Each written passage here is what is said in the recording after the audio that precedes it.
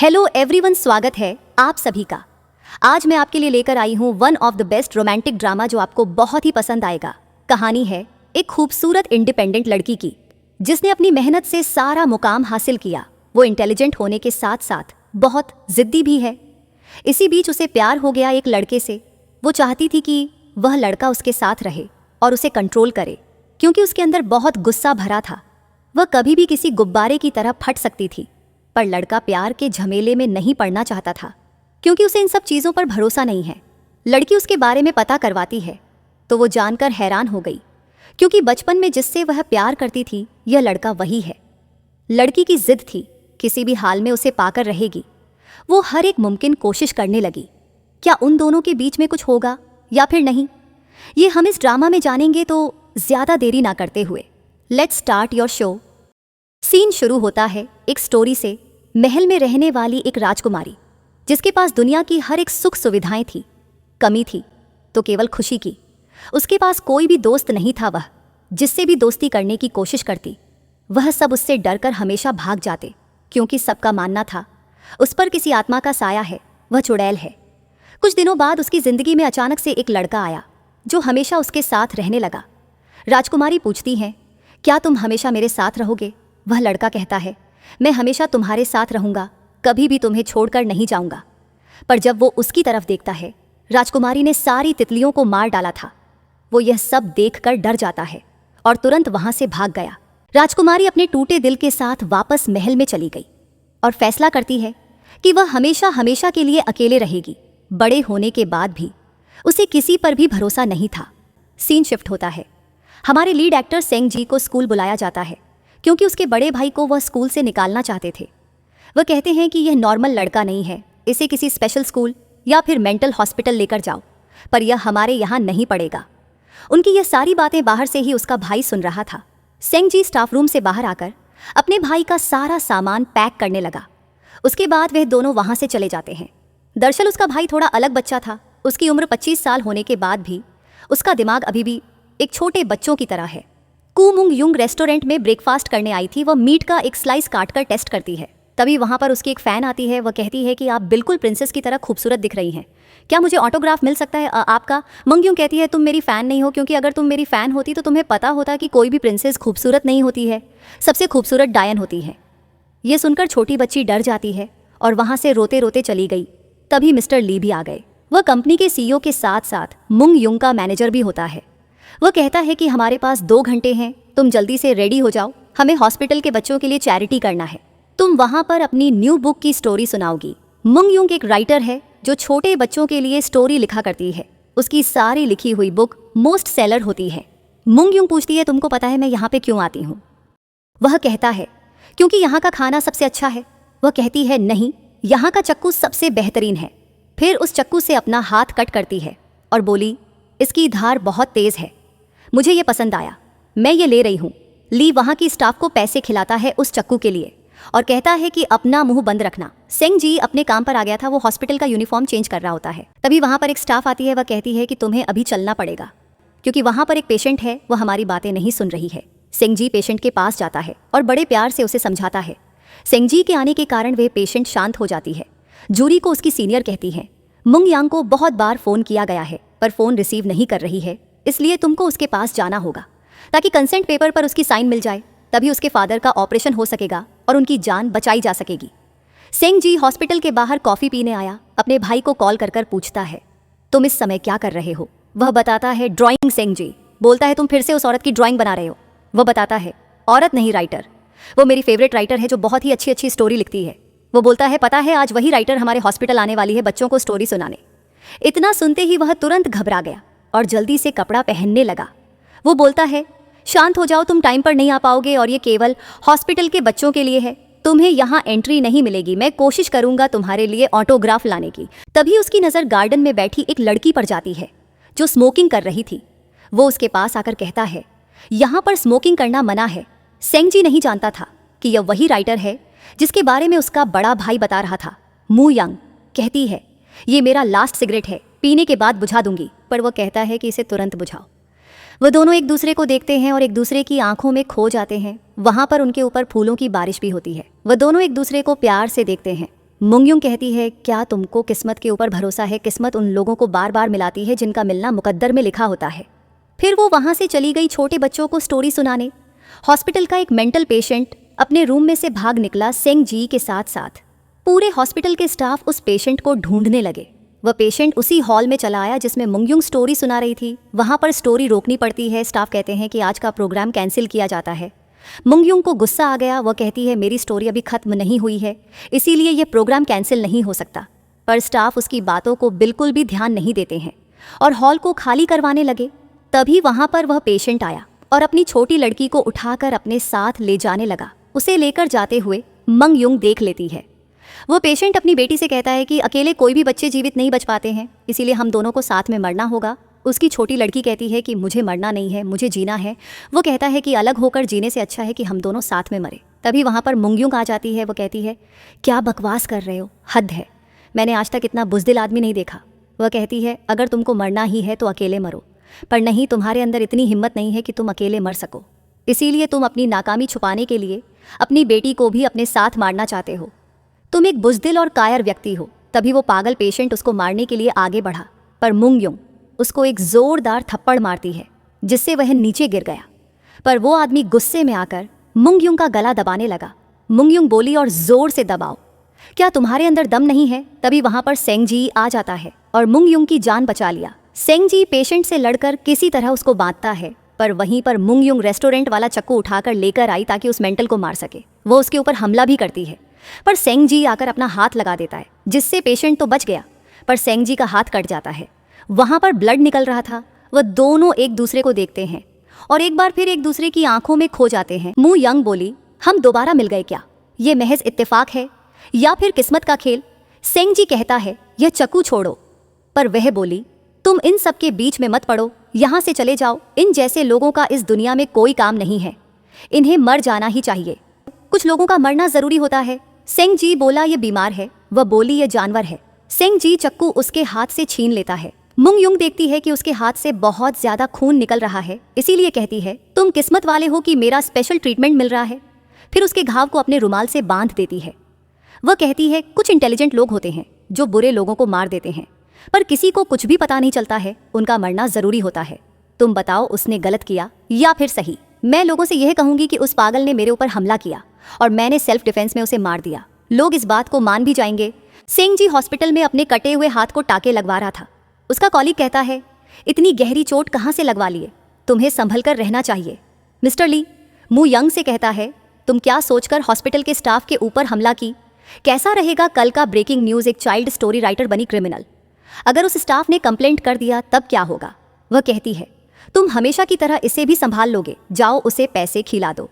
वह दोनों वहां से होटल जाते हैं। मुंगयुंग सावर ले रही थी। ली परेशान था। वो किसी भी तरह उस हॉस्पिटल वाले आदमी का डिटेल निकलवाना चाहता है ताकि वह उससे बात कर सके, जिससे कोई भी पुलिस कंप्लेंट ना हो। सेंग जी को हॉस्पिटल मैनेजमेंट वाले कहते हैं, आज जो हॉस्पिटल में हुआ है उसकी जिम्मेदारी किसी को तो लेना पड़ेगा। जो ड्यूटी इंचार्ज था वो बहुत बड़े पॉलिटिशियन का रिलेटिव है, हम उसके ऊपर इल्ज़ाम नहीं डाल सकते हैं, इसलिए हम चाहते हैं कि ये इल्ज़ाम तुम अपने सिर पर ले लो। वैसे भी तुम्हारे रिकॉर्ड के हिसाब से तुमने बहुत बार अपनी जॉब चेंज की है, तुम कहीं पर भी 1 साल से ऊपर काम नहीं किए। अगर तुम ये जिम्मेदारी अपने ऊपर ले लेते हो तो मैं तुम्हारे रिकॉर्ड में लिख दूंगा, तुम एक अच्छे एम्प्लॉई थे जिससे तुम्हें अगली जगह अच्छी सैलरी मिलेगी। सिंह जी के बिना गलती होते हुए भी वह इल्ज़ाम अपने सर पर ले लेता है। उसे जॉब से निकाल दिया गया। वो उदास होकर बस स्टैंड पर बैठा था। तभी वहाँ पर उसका बचपन का बेस्ट फ्रेंड जेसू आता है। वह एक रेस्टोरेंट का ऑनर है। डिलीवरी के लिए जा ही रहा था, रास्ते में उसे सेंग जी दिखता है। वह दोनों साथ में घर जाते हैं। घर पर आने के बाद सेंग जी को याद आता है कि उसने तो ऑटोग्राफ लिया ही नहीं, इससे उसका भाई नाराज हो जाएगा। इसलिए वह उसको मनाने के लिए उसकी पसंदीदा राइटर का ऑटोग्राफ देने का फैसला किया। इंटरनेट से एक फोटो देखकर जेसू उस ऑटोग्राफ को कॉपी करता है। वो दोनों सोचते हैं कि ये बिल्कुल ठीक तरह से कॉपी हुआ है, उसके भाई को बिल्कुल भी पता नहीं चलेगा ये रियल है या फिर फेक। वो दोनों बहुत खुश होते हैं क्योंकि बहुत मेहनत से जेसू ऑटोग्राफ बनाया था। वह खुशी से उछलता है, पर जैसे ही वह ऑटोग्राफ भाई को दिखाते हैं वो देखते ही पहचान जाता है। वह कहता है ये नकली है। फिर उन दोनों से नाराज हो गया जेसू और सेंग जी उदास थे और माफ़ी भी मांगते हैं। उससे कहते हैं नाराज मत हो, अगली बार तुम्हें ओरिजिनल ऑटोग्राफ लाकर देंगे। पर वो गुस्से में था और तो और उन दोनों से बात भी नहीं करता है। ली सेंग जी को मैसेज कर कर माफ़ी मांगता है मुंगयुंग की तरफ से। वह कहता है हम बहुत शर्मिंदा हैं आज के लिए जो हॉस्पिटल में हुआ, तुम प्लीज़ कोई भी केस मत करना, मुझे तुमसे मिलना है। प्लीज क्या कल ऑफिस आ सकते हो? ली बहुत कोशिश करता है कि कोई भी कानूनी कार्रवाई ना हो, नहीं तो उनको बहुत ज्यादा नुकसान हो सकता था। सेंग जी रिप्लाई करता है, ठीक है, मैं कल आता हूँ ऑफिस। रात में जब सभी सोए होते हैं तभी अचानक से जेंग जी को सपना आया जिसमें वो तितलियां देखता है। वह डर गया और जोर जोर से रोने लगा। जेसू कहता है, आ गई तितलियां, अब हमें फिर से यह जगह छोड़ना पड़ेगा। तभी होटल के नीचे जूरी आ गई। जब मू यंग दरवाज़ा खोलती है तब वो सरप्राइज हो गई क्योंकि वह उसके बचपन की दोस्त थी। कहती है, तुम काफ़ी बदल गई हो, हम लोग लगभग 20 साल बाद मिल रहे हैं जब मैंने शहर को छोड़ा था। जूरी कहती है, तुम इस पेपर पर साइन कर दो ताकि तुम्हारे फादर की जान बचाई जा सके। वह बोली, मेरे लिए वो बहुत पहले ही मर गए, क्या तुम इस बेकार पेपर के लिए इतनी दूर मेरे पास आई हो? उसकी उदासी देखकर पूछती है, क्या तुम अभी भी नाराज़ हो मुझसे? मेरा तो बिल्कुल भी मन नहीं है साइन करने का, पर मैं केवल तुम्हारे लिए कर रही हूँ, तुम पर मेरा एहसान रहा।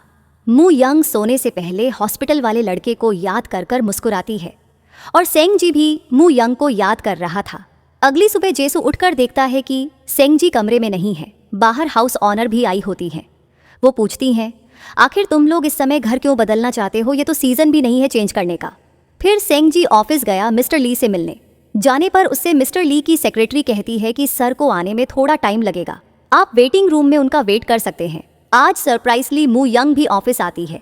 उसके आने की खबर पता चलते ही ऑफिस के सारे स्टाफ अपने सामान को छुपाने लगते हैं, जो भी शार्प और साइनिंग चीज़ें हैं, क्योंकि जो भी सामान मू यंग को पसंद आ जाता है वह ले लेती है।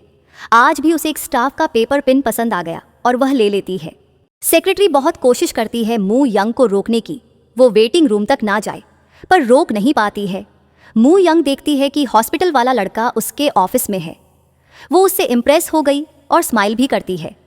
तेज़ी से उसकी तरफ जाकर वो कहती है, तुम पर फॉर्मल सूट करता है, कितने प्यारे और खूबसूरत दिख रहे हो, हमेशा ऐसे ही कपड़े पहना करो। फिर सेंग जी से फ्लर्ट करने लगी। वो बोली, तुम्हें क्या चाहिए?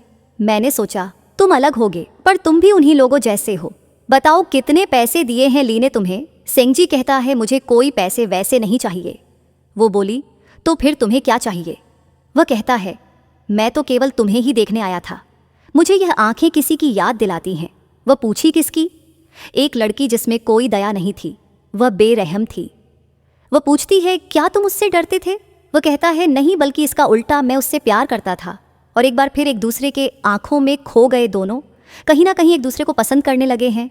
मू यंग कहती है कि क्या तुम मुझ पर लाइन मारने की कोशिश कर रहे हो, या फिर मैं तुम्हारी खूबसूरत यादों की तरह दिखती हूँ? वह बोला, किसने कहा कि वह यादें खूबसूरत थी? वह यादें बिल्कुल भी खूबसूरत नहीं थी। मू यंग कहती है, हमारी बुरी यादें हमेशा हमें याद रहती हैं। सेंग जी कहता है, मैं हमेशा उन यादों को भूलने की कोशिश करता हूँ। वो पूछी, आखिर तुम यहाँ पर क्यों हो? सेंग जी बोला, मिस्टर ली से कह देना मुझे कुछ भी नहीं चाहिए और आगे से मुझे फ़ोन कर कर परेशान ना करे। वो वहाँ से जाने लगता है, तभी वहाँ पर ली आ जाता है।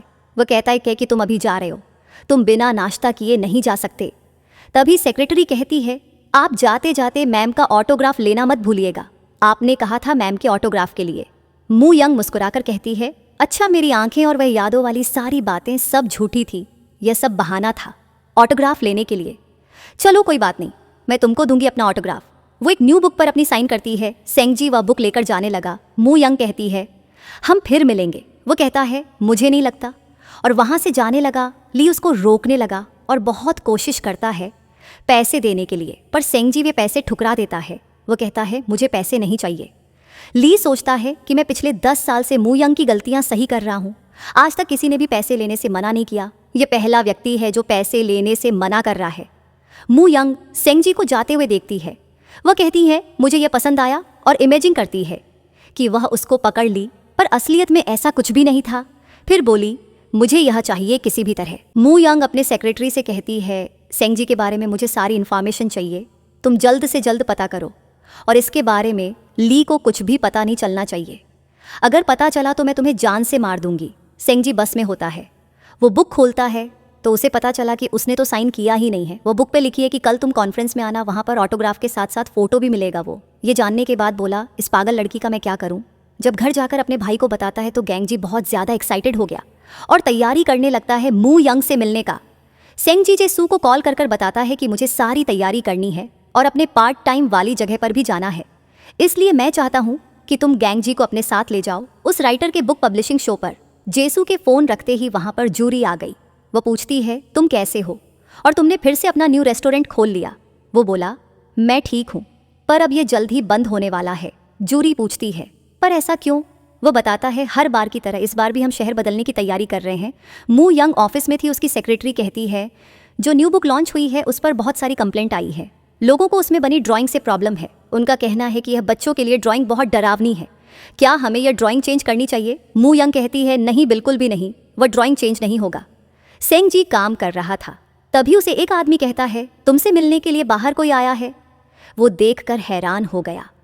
वहां पर उससे मिलने जूरी आई थी। वो बताती है, मुझे इस जगह का एड्रेस। जेसू ने बताया, सेंग जी उसके लिए सॉफ्ट ड्रिंक लाता है। वह कहती है, यहाँ पर काम से आई थी, इसीलिए सोची तुमसे मिलते चलो। जेसू बता रहा था, तुम शहर छोड़ने वाले हो, इसके बाद तुम कहाँ जाओगे?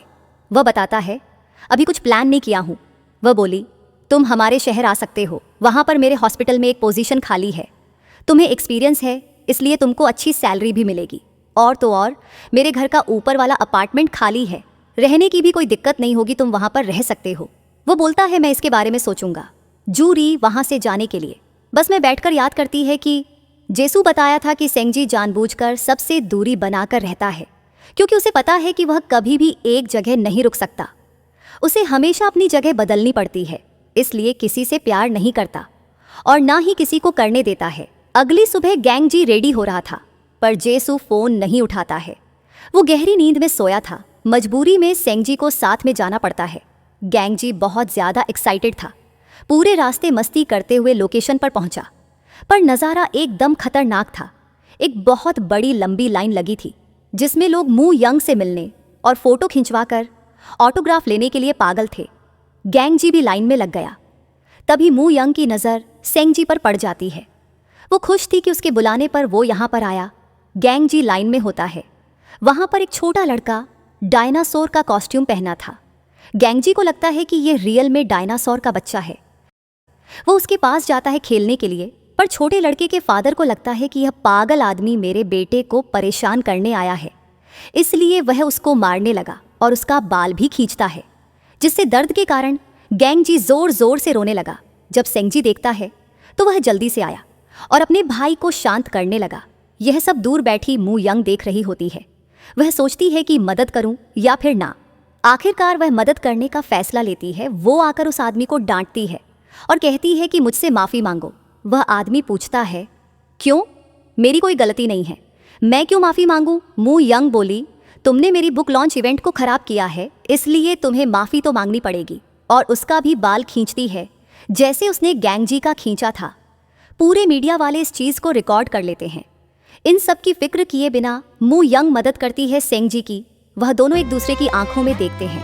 अब से दोनों की जिंदगी पूरी तरह से बदलने वाली है। आज के हादसे के बाद क्या उन दोनों के बीच रिश्ते अच्छे होंगे या फिर नहीं? और आज जो मू यंग ने सारे मीडिया वालों के सामने जो किया, इसके बाद उसके करियर पर क्या असर पड़ेगा, ये सब हम पार्ट 2 में जानेंगे। अभी तक वीडियो में बने रहने के लिए thank you. Take care, bye bye.